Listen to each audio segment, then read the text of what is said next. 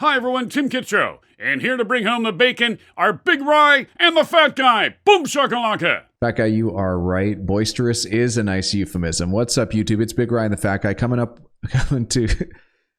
you with the NFL picks against the spread for week 2 of the 23-24 NFL season. Fat Guy, we were 8-8 against the spread for week 1. Who cares? On to the Thursday night game. Minnesota Vikings at the Philadelphia Eagles. Eagles open -7.5 at -106 at Pinnacle. They've moved down to -7 at -101. Fat Guy, who you got? We're going to take Minnesota here, but again, that's not like, I don't really do that. Like I mentioned, you got to look for angles here. I don't know if there is an angle in this game. Really not sure. Like you could be an injury guy. You could be a picking off bum lines, which, you're going to say, oh, Fat Guy, when does that ever happen in the NFL? It happened this week. We'll get to that game. That should be the biggest talking point of this video. But this line has moved not very slightly, but slightly. It opened at 7.5 at -106 at 454.39 on the 10th. I switched up line history data. I switched from BetStamp to unabated. Just realized I paid unabated. I pay for unabated. This is one of the bigger things of value, I would say, for me is line history. And that opening at 7.5, -106 both sides, peaked at +7.5, -128 for Minnesota, -114 at Pinnacle. So you could probably take the middle and just guess that, it was +7.5, -120. And then now it's moved to, what it currently is listed on the screen. So not any particular reason to, just giving you a highlight of the history of this line movement, how it's probably stagnant, and that there is a little bit of resistance at this point. So there's a very good chance that betting either side is a loser at this current valuation. So we're going to take Minnesota in purely a theoretical pick. Is that even the term? Hypothetical pick. Hypothetical. Why did I say theoretical? Next up, Fat Guy, Kansas City Chiefs at the Jacksonville Jaguars. Kansas City's gone from 2.5-point favorites to 3-point favorites after a few days of this line being open. Who you got? We're going to take the Kansas City Chiefs here. The line has moved with them. This is the other thing too. Pinnacle's kind of interesting in that a lot of times they'll put out off numbers at different juice valuations, which probably add up to the same. I mean, what's fun about that though is through Pinnacle's alt lines, you'd be able to figure out you have to take into consideration the total, the value of a point, which is really of the most important things. Is, especially you can use a sharp book like Pinnacle, bookmaker.eu. Bookmaker.eu is harder to pull that off because they tend to use rounded numbers. That's usually a good sign, not a good sign, but it's like a okay sign of a sharp book versus a bad book. And also too, rounded numbers can move in your can be used to your advantage, because what happens is sometimes they'll be off a little bit and rounded in the other way. And you might be able to beat an NFL line for a few cents. Point in case, I took Indianapolis for a little bit of money, +5. And the book had it at 3.5. But when you added up the juice, it was probably only, I think I the advantage I got was 7 cents. That's a lot for an NFL closing line. That is a great advantage. I think I have it up here. It might have been 6 cents. And in terms of expected value, I know we're detracting from from where, but we're talking about where you're going to find value. That's the whole point of this show. In terms of expected value, those 6 cents added up to 1.32%. Fantastic. Think of a rate of return you could get over 3 hours. You know what I mean? Can't happen in the investment world with this type of accuracy. That being said, we're going to take Kansas City Chiefs. They open at 2.5. They're currently 3-point favorites with the juice on their side. I'm not sure why the Chiefs have added a small amount of value from the opener to the closer, but perhaps that is injury related. So the pick, just hypothetically, will be the Chiefs, although I wouldn't be betting on either of these teams in real life. Full disclosure. Back guy, next up, the Las Vegas Raiders travel to Buffalo to take on the Bills. This line opened at 9. It only opened recently, probably because this was a Monday night game with some injury implications. But this line's barely moved at all. I'm not sure if you have different information than what I saw. Nope. There was a movement of 1 point. It opened at 9.5. What do we got here? Sorry, I'm looking at a consensus line. Just give me one moment to adjust. It opened at 9 on Pinnacle, and it is currently 9, and it's barely moved at Pinnacle, which that should give you some implication. It's moved at other books, which like this is a good one. If you got like a half point at low juice, like probably like minus 102, there's probably value there. So you got 9.5. This is another thing too that's very interesting. Like, say you got the same juice as Pinnacle, but you got 9 to 9.5. We talked about value of a point. That still might not beat Pinnacle's theoretical hold. Do you know what I mean? So like the advantage they have at 9 still gives the bookie who's offering 9.5 a little bit of cushion still. Like that's why they have such an advantage, and we really have to just shave the edges of pennies because that's what it is. So if you got 9.5 good juice, that's probably a really good sign here. So not much movement at all. The juice is slightly favoring the Vegas. I almost said Golden Knights, the Vegas Raiders. Is there some corollary there? I guess not between a Pirate and a Knight, but anyways, we're going to take Vegas. We're going to take the 9 points because of the juice, and it's a juiceless contest. So purely a hypothetical pick. It's going to be an annoying word, I guess, this show. Fat guy. Next up, the Baltimore Ravens travel to Cincinnati to take on the Bengals, who opened at 3-point favorites at minus 106. The line has moved up to minus 3.5 at minus 104. Fat guy, who you got?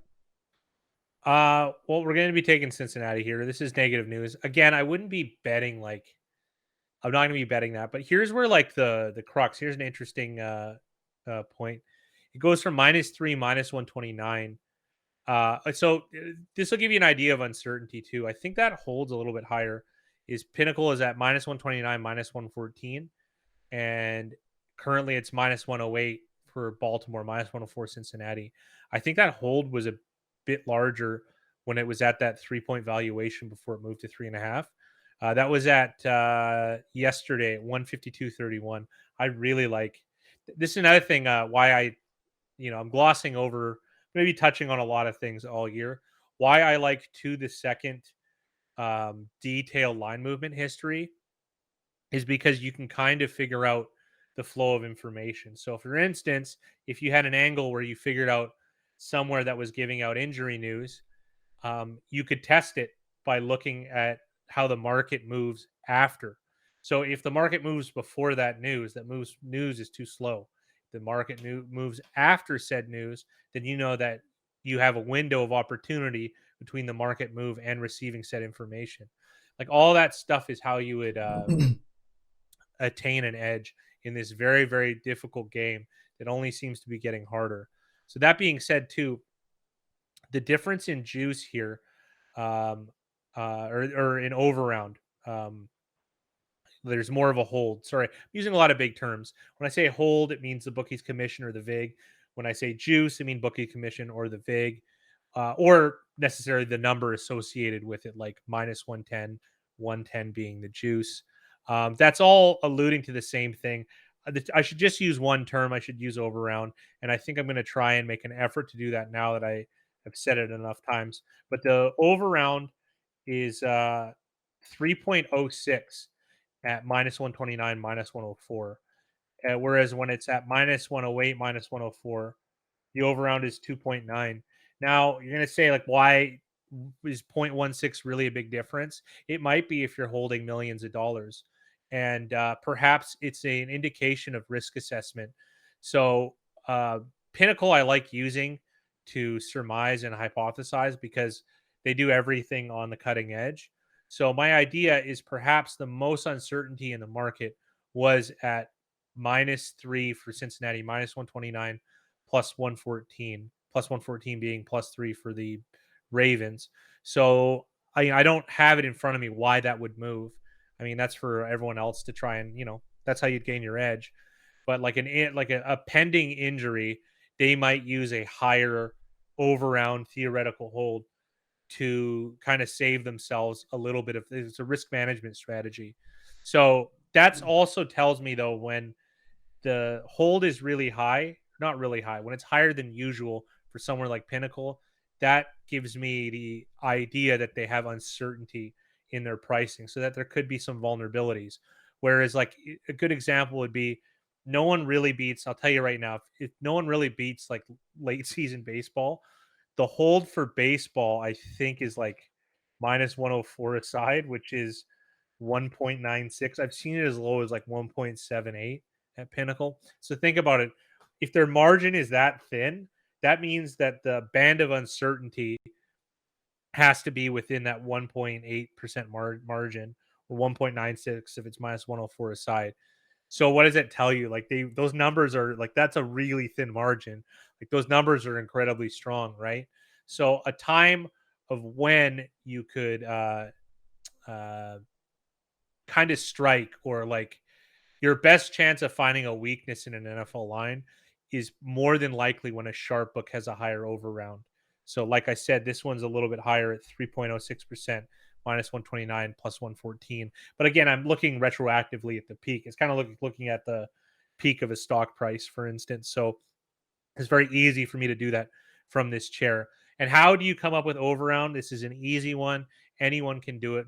Look up implied probabilities, put in both juices, plus 114, minus 129, convert that into implied probability, and then add those up, and whatever's over 100. So, because if you look at both sides are optimistic. If it's paying plus 114, it's really plus 120, for example. If it's paying minus 129, it's really minus 120, for example, to hit the middle. So to hit that over round is you just add up both optimistic probabilities and you come up with that over round, which is 3%. It's very easy to do. And if I were to make a suggestion, a more accurate way of ascertaining over round is to use the decimal format that Europeans use. The conversion will work just the same when you use one of those online calculators. I think I use Ace Calculator when I started. Now I use my own, obviously, but I would highly recommend using that and adding that to your arsenal, understanding what they usually charge for an over round and where you could sense weakness, perhaps, when you're trying to understand these markets.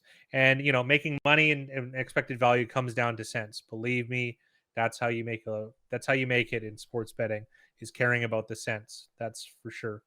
So I guess, long story short, Big Rye, we're going Cincinnati in a hypothetical pick. That guy next up, LA Chargers at the Tennessee Titans. This is one that opened at -3, -106. It's currently -3, -106 for the Chargers on the road. Has there been any movement as far as you can see in unabated or any of the other sources? Yesterday at 144.31 and 38. It peaked at -3, -118 for LAC, and then it got bet back down. If you notice, it would be like, if you were to graph this and to use like the average movements, as it would be like a tiny little bump. So on the Geiger scale of movements, this is a 0.001 bump that came right back down. So equilibrium, where it's balanced, is probably where it is right now. This is an example too, when we're talking about finding edges. If you find a number, so if it's -3, -106, +3, -106, you don't need a calculator to tell you that this is even money at 3. That's what this truly represents. So if you're using Pinnacle as a sole guideline, a lot of lines like unabated, their true line, which I'm not going to mention, just because I would imagine it's proprietary. They use an amalgamation. They use a blend, a consensus blend that takes a little bit from this book, a little bit from this book, and they come up with a formula. Then they back test that formula and see how well it does in real results. That's kind of how you do a blend. I haven't had much success doing that. Not that I haven't tried, but that's something I do continually work on. I like using just Pinnacle in spots like these. So the true line from Pinnacle would be -1, -3 at even, +3 at even. So if you're able to find plus money on either side, that is a plus money making venture. Like if you got plus 105 on at +3 for Tennessee or -3 for LAC, that's a really good bet. And I highly recommend doing that. So shopping is a possibility. And a lot of times too, you're able to get these bets when something slow to move as well. So could you bet this with Pinnacle and make money long term? I severely doubt it. There's probably only a few people in the world that know if there's value on each side. I don't think that's any us or anyone watching this video. So this is what you would call a very solid line, in my opinion, at this current point. Obviously, injuries and variables can shift those things, but right now, I think with the information that's available, this is probably a losing bet on both sides. But you can take that information because this stability, and don't forget too, just to highlight on that juice uh, rant I went on earlier, it's 2.91, right? So it's in the same vein as minus 108, minus 104. It's the same as that. Whereas like the one that was over 3 was at the peak of the Cincinnati line that moved from 3 to 3.5. So this one doesn't have uncertainty. It's close to the baseline of Pinnacle. And you could, like I said, you can get an even more accurate number if you were to use decimals because of the rounding in effect with American odds. All that being said, very strong line, extreme hypothetical pick. We're going to take the LA Chargers. Fat guy, next up, the Seattle Seahawks travel to Detroit to take on the Lions, who opened as 6-point favorites at minus 106. They're still 6-point favorites, but the juice has gone in Seattle's favor, I guess, if you think of it as a winning percent, or Detroit's favor if you're wanting to make a pick on Detroit. Right. I'm glad he clarifies that because him and I always say the same thing in opposite terms. So, this line opened at 6 minus 106 on both sides, which would mean it even money. It peaked here at, what do we got? Minus 129 for Seattle. That's interesting too that they didn't move the number to minus 129, 114. So that probably would be a point of uncertainty for that game. I would imagine it's something to do with the injury, but that was yesterday at 7:45 a.m. Since then, it's been bet back down. Another scenario where on the Geiger counter is probably a 0.02. I don't deal in earthquakes, but we're going to have to use that analogy and assume that my number makes sense. But it'd be very small, a very small bump compared to the average in terms of win probability shifts. The pick is going to be Seattle because this is a juiceless contest, for lack of a better term. Well, it is tracked. It is tracking your results. It's a healthy thing to do. That's the other thing too. It's a good reason to even participate is to be honest with yourself about gambling. Because a lot of people, to go philosophical for you, they tell you about how much they win. They don't tell you about how much they lose, or they highlight those. And being candid about yourself, whether you have an advantage, whether you're doing it for entertainment, and if you are doing it for entertainment, a place like Pinnacle, to give a plug, is a great place because, like I said, that theoretical hold is very, very small. So you're going to be losing less money, but you are admitting that you're going to be losing money. So anyways, that being said, we're going to take Seattle because it's a juiceless contest. Very small maneuver here. Probably not as strong as the LAC line, LAC Tennessee line, but this is another one where, like, if you got Seattle, plus 102, that's probably a pretty strong bet. So we're going to take Seattle in the contest. Okay, this next one is one of the ones that we had I think the most interesting dialogue before this video started, and that's the Indianapolis Colts at the Houston Texans. The Texans open -2 at minus 106. That line completely flipped. It's now Indy minus 2.5 at plus 107. This is an interesting game as far as the line movement goes, how the juice is placed. What do you want to highlight about what we talked about before this started? This is a great version of figuring out the value of a point. Like, there's a lot of mobility. Big Rye called it no man's land. I don't know if he originated that or I did or somebody else, but that's exactly what this is. Like, the gap between win probability being a 2.5-point favorite and a 2.5-point underdog is probably the smallest 5-point gap in all of think of it as like a number line, from, minus 30 on one side, minus 30 on another, to be hyperbolic. The 5 points in between, like maybe between minus 25 and minus 30.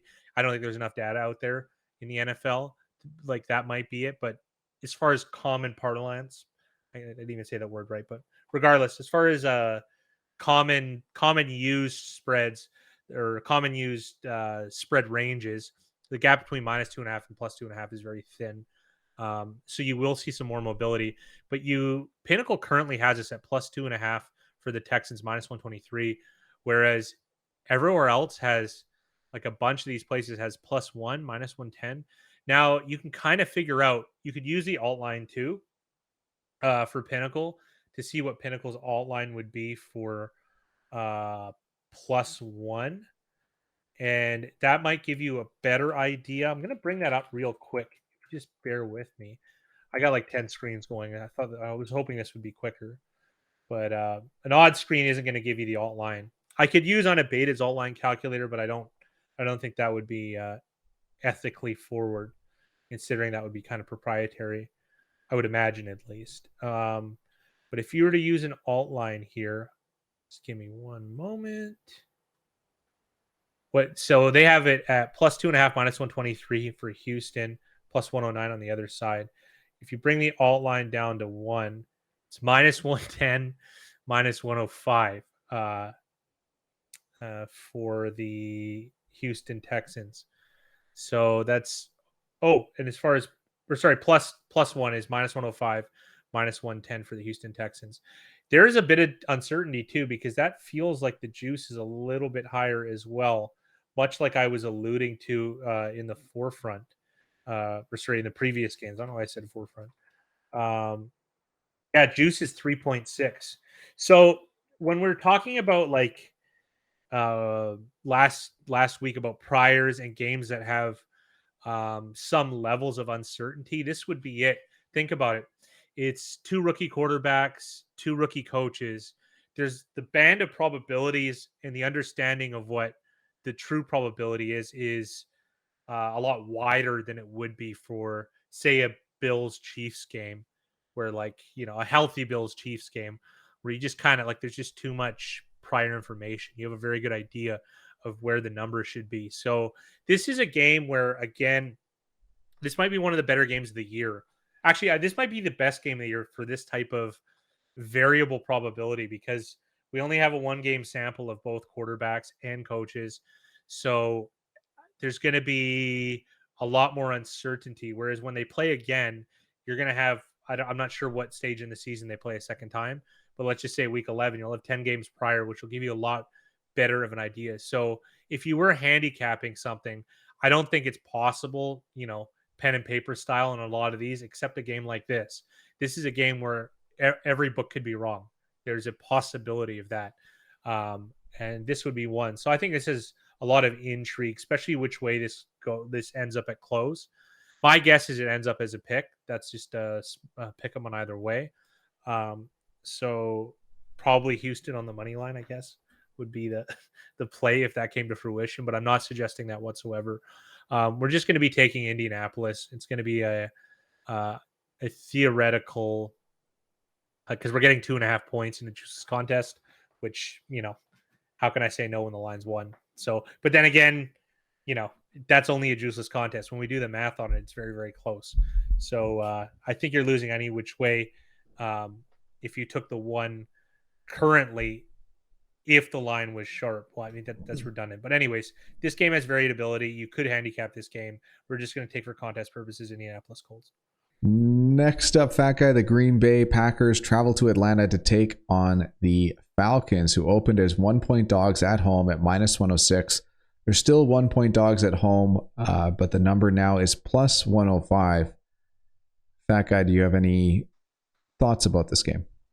Another one that has barely any movement here at all. I mean, again, this isn't a full view of this market. That's the one thing I like about, a stock market's life. A stock's life is, 20 years, 50 years, 100 years. So, like, it's like a never ending a lot of the times, right? Like, it outruns us. There's a beauty to these. These are micro views of a market that start on Sunday and end on Sunday. There's a simplistic beauty to that. I really, really like it. And they tell their own stories. This is another one that falls in the same category as Seattle, Detroit, and LAC, Minnesota. This is probably very sharp and probably a 0.2. I'm assuming that's not much of an earthquake, to use the same tired analogy, or what have you. But anyways, it is a relatively stable line. Open at -1, -106.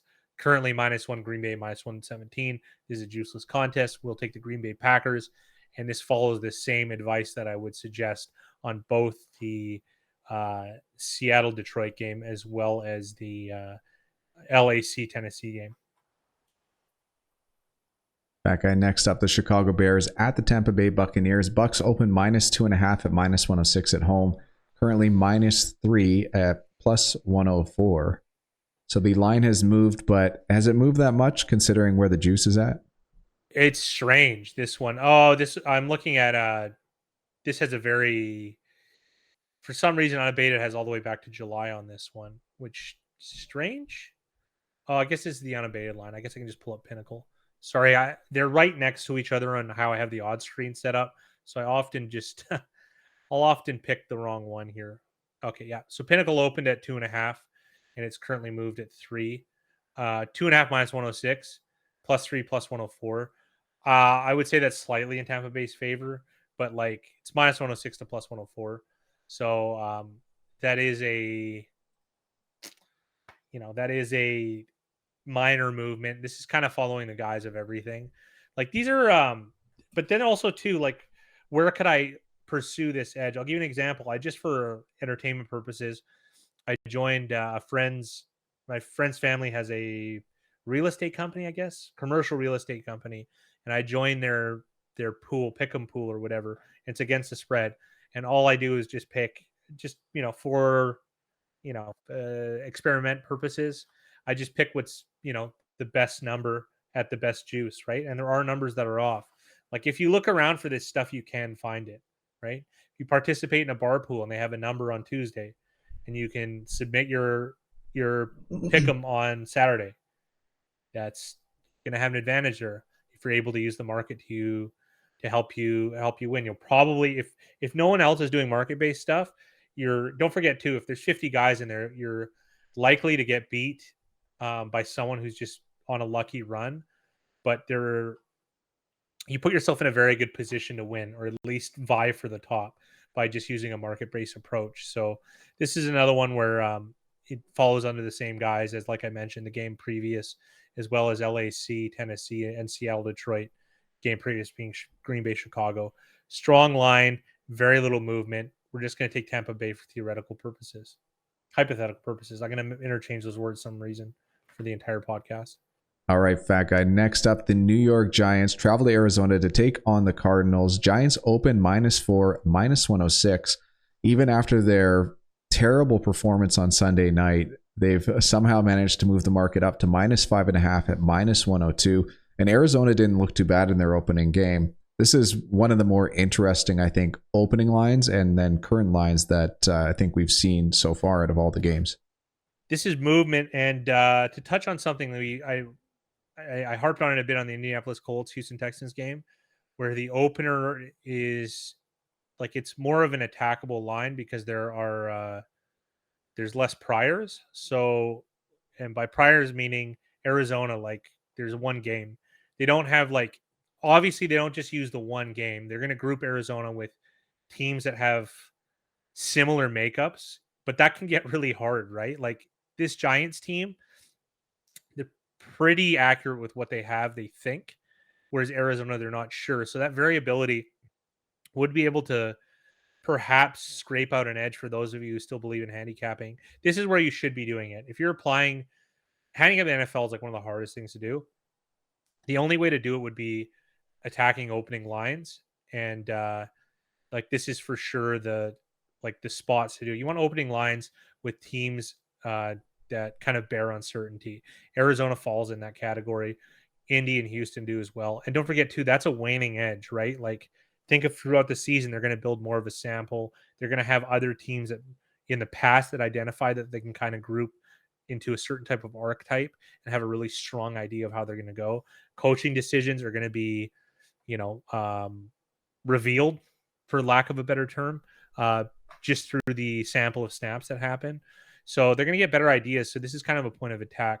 Now, a lot of people talk on the internet about how they have low limits on openers. Well, low limits really only applies to a few hundred people in the entire world. Like Low limits generally means in the thousands, especially across a bunch of books. If you're betting $20,000 profitably on the NFL, you're not watching this show, and you shouldn't be.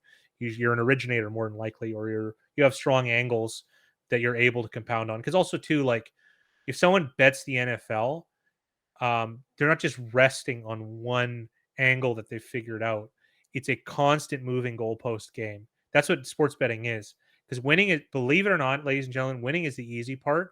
The hard part is everything else. Is finding new edges and keeping accounts and not getting limited or not having to get your bet get sent for review.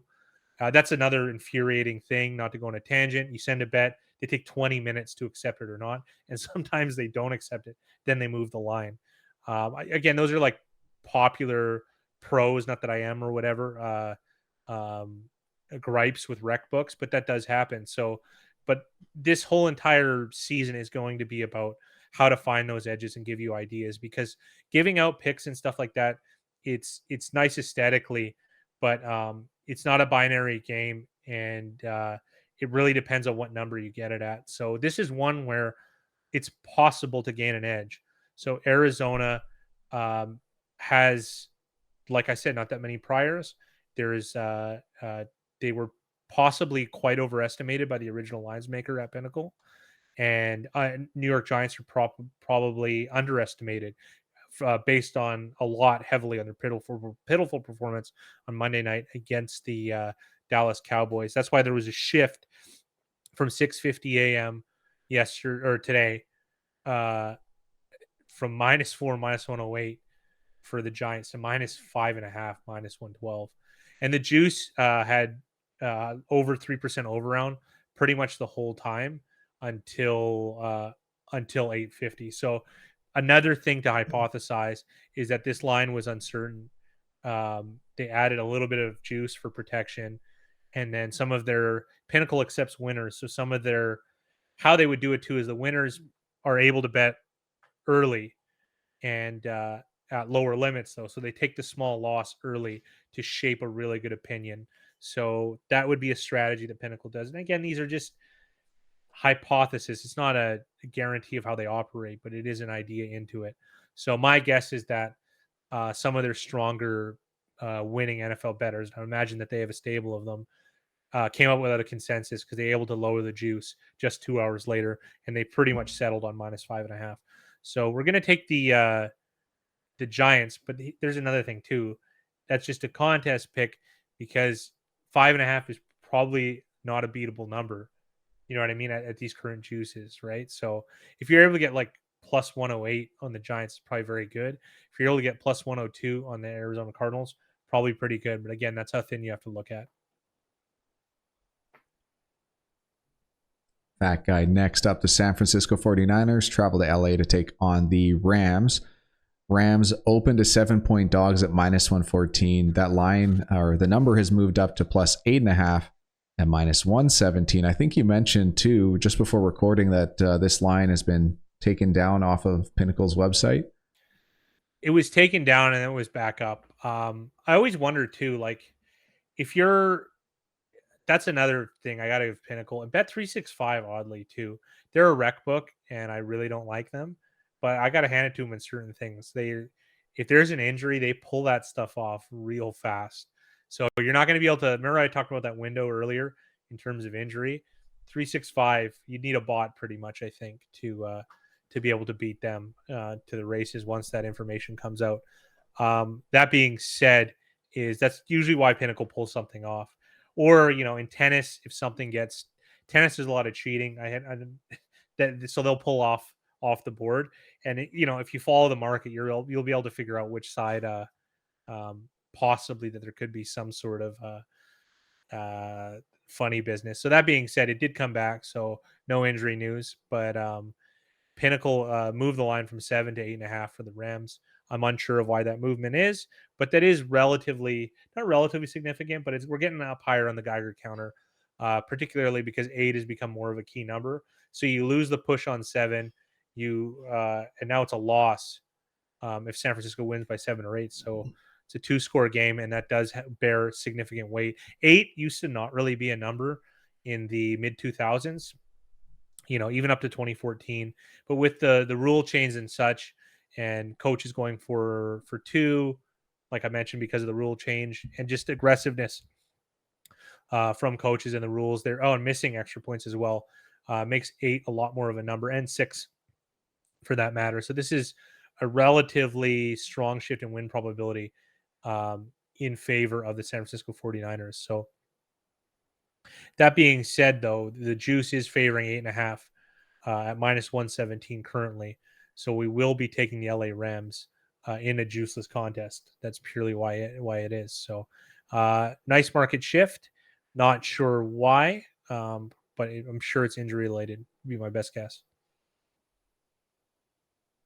Fat guy. Next up, the Washington Football Commanders travel to Denver, Mile High, to take on the Broncos. Minus 3.5 at minus 106 was the opening line for the Broncos. Currently minus 3.5 at even juice for the Denver Broncos. So the win percentage chances moved in favor of the Washington Football Commanders. This is going to follow the same guys as what did we mention? Seattle, the Detroit game, LAC, the Chargers etc. game, Green Bay, Chicago. There's nothing to really get from these games. Exactly. Although if you are able to find alternate pricing, this would be a good game where the edge could be maximized. So purely in a juiceless contest, hypothetically, we'll take the Washington Commander, football team, Redskins, whatever name you prefer. Now, another game that's super, super interesting as far as the betting market is concerned is the New York Jets traveling to Dallas to take on the Cowboys. I am doing a little fun project on the side just to help project opening lines using the win totals at the start of the year. This line would have been like a 2.5, 3-point spread with Aaron Rodgers theoretically, not in a perfect world, but in theory, somewhere around that 3-point for Dallas range. But this opened at minus 8.5 after the Rodgers injury, despite the strong play from the Jets, especially on the defensive side of the ball. But regardless of that, the Cowboys, with their strong performance as well, open at minus 8.5 at minus 103. It's been pushed up to minus 9.5, minus 104 already. And this line hasn't been out for too long since this video is coming out. This might be the biggest easy attainable edge. I missed it, by the way. I was asleep. I was working on tennis all night, and I could have got it too. If I was paying attention, I could have got it. I just didn't think about it. But this opened on Bet365 on the 11th, so yesterday at 12:15 a.m. Dallas minus 3, minus 115. And it opened at Pinnacle. So this is another one. Pinnacle doesn't open the earliest. So sometimes the soft books will try and market capture at a little bit earlier, but they get the number way wrong. So why could they get the number wrong that badly? Potentially the idea maybe is that Rodgers was like 30% to play or something like that, or maybe 50. You'd have to figure it out mathematically. However, because it'd be a gap between, it's probably Dallas minus 1.5 if Rodgers is playing, to if Zach Wilson's playing, it's Dallas minus 9.5. So whatever the I'm just giving you an example of where the basis would be. Whatever the probability of Rodgers playing is at that low number of 3 minus 115 for Dallas, that would probably be where the probability of Rodgers playing. So I don't think it was ruled 100% that he was out. I mean, that it is possible that he was, and this is just a really bad number, but this is my guess, is that they waited a day to fully confirm that he's out for this week and beyond. So that being said, that's a spot, because Pinnacle opened itself at minus 8.5, but they opened at 7 in the morning. So they opened just under about 6.5 hours later from Bet365. Now this is the other funny thing too. There's a trickle down effect. Another one of our viewers messaged me on Discord, and I've set him up with some of the software I use, or some of the tools I use, for lack of a better term. And he found an even slower book that had Dallas minus 3 while Bet365 had already moved to 7.5. So that would have been a gap of they're 4 hours late to the party.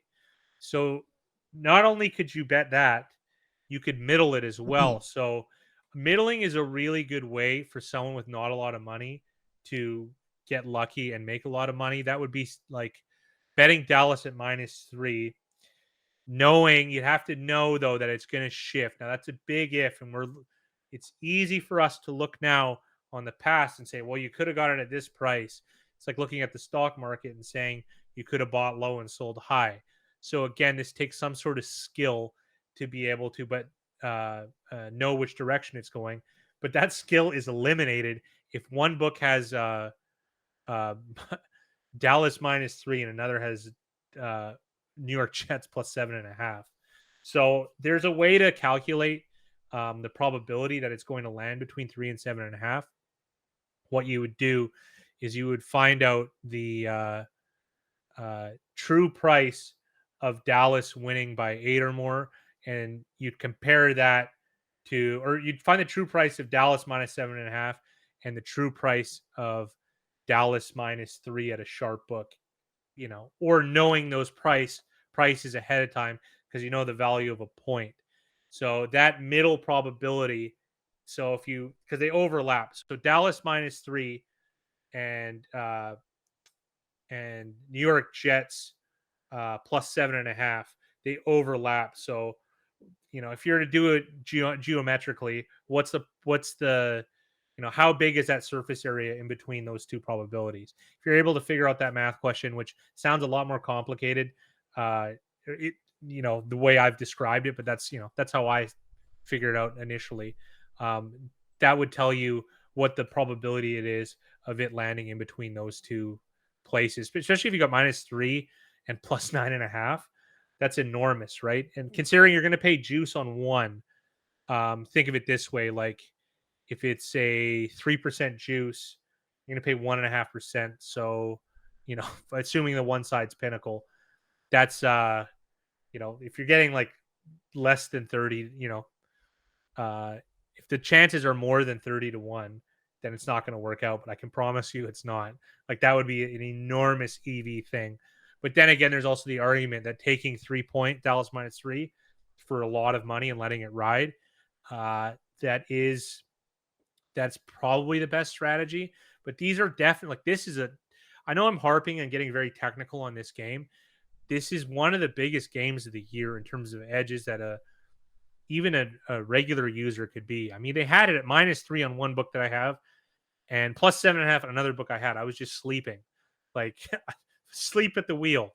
Like this, you don't need to be a rocket scientist to be able to figure that out. That's really, really good value, because if they're both wrong, then you just bet both sides, right? Anyway, so middling is a good way because you could bet maximum and then you're only going to pay juice on one side. Of course, there's transactional costs between getting money from one to the other, especially if you're using cryptocurrency. That's a whole nother thing to calculate. But again, I'm just trying to give you ideas, and this is a really big one. I did do this with Denver, Cleveland. I took Cleveland minus a bunch of, or Denver minus a small -2.5, and Cleveland Cleveland plus. I initially took Denver +7.5, and then took Cleveland -2.5 at close, and ended up landing in the middle. This was a game where Mayfield, you could bet during the Browns game, which I'm not sure. Mayfield got banged up, and so did both Chubb and Kareem Hunt, I believe. I think this was 3 years ago. It was in Denver, I'm pretty sure. And they ran Ernest Johnson to victory. And this is a very similar situation of mistakes. So this can be done.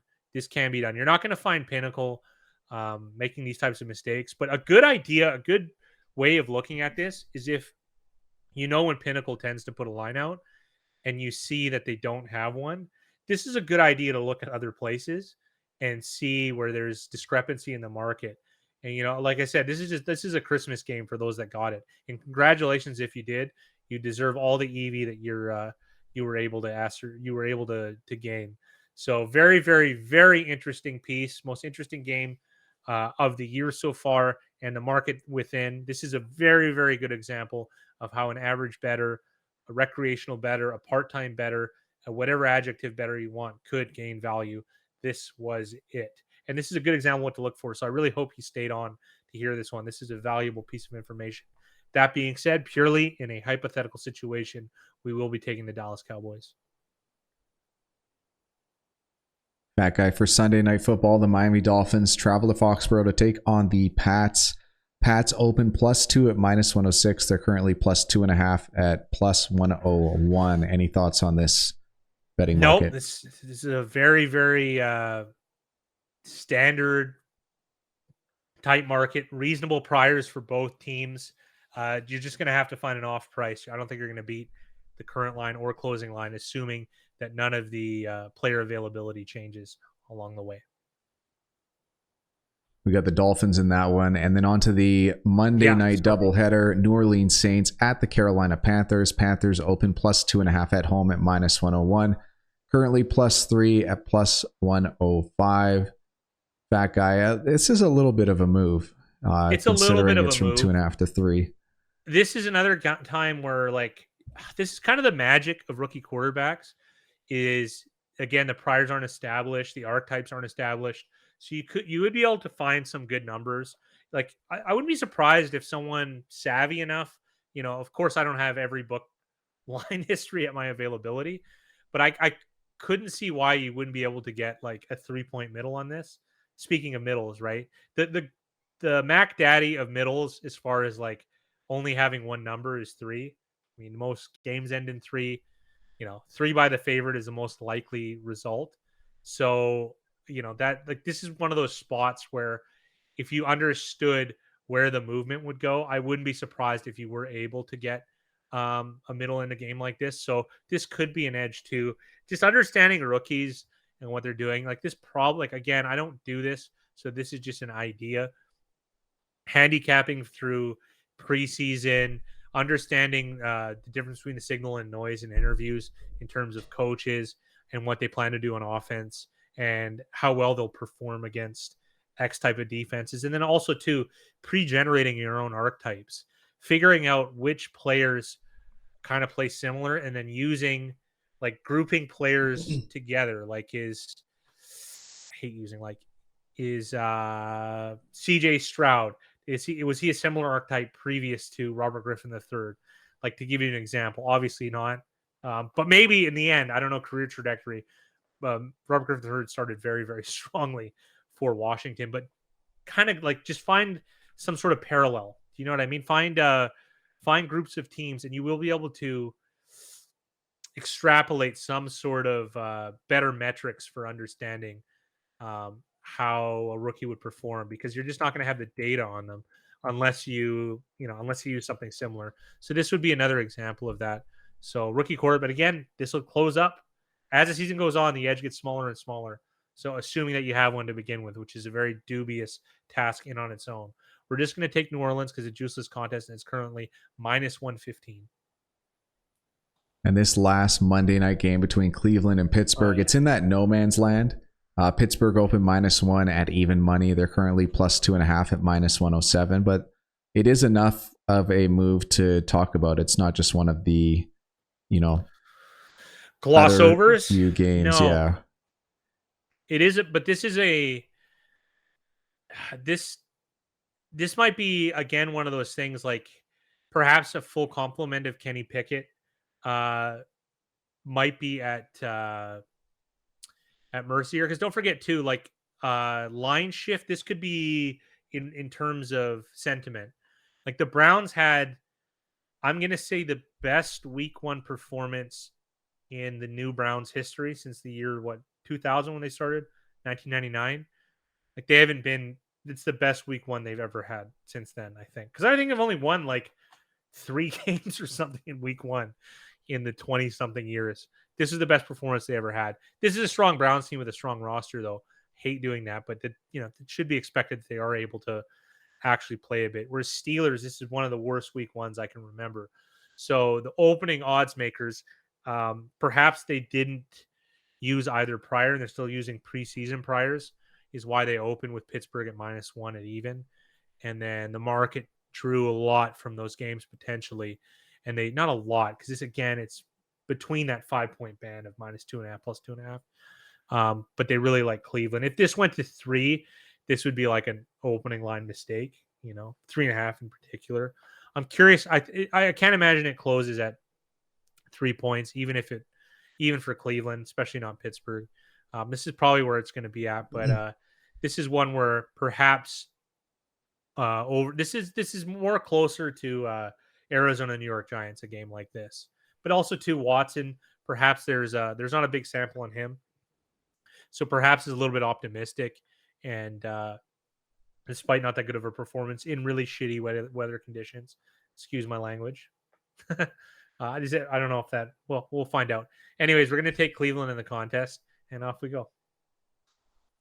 All right, Fat Guy, on to our picks. The lightning round: Minnesota at Philly, Minnesota, Kansas City at Jacksonville, KC, Las Vegas at Buffalo, Las Vegas, Baltimore at Cincy, Cincinnati, LAC at Tennessee, LAC, Seattle at Detroit, Seattle, Indy at Houston, Indy, Green Bay at Atlanta, Green Bay, Chicago at Tampa Bay, Tampa Bay, the New York Giants at the Arizona Cardinals, New York Giants, Niners at the Rams, LA Rams, Washington at Denver, Washington, Jets at Dallas, Dallas Cowboys, Miami at New England, Miami Dolphins, Monday night doubleheader, New Orleans at Carolina, New Orleans Saints, and then Cleveland at Pittsburgh.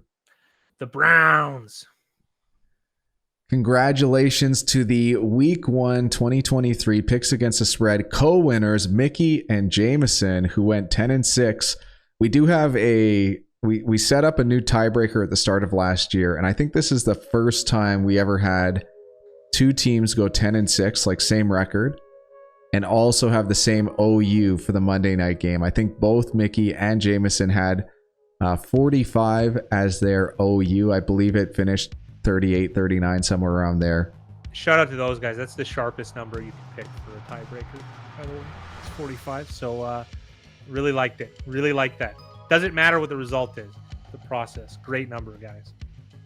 And then also shout out to Amir_SCH as well as CSK, all going 10-6 against the spread in the contest.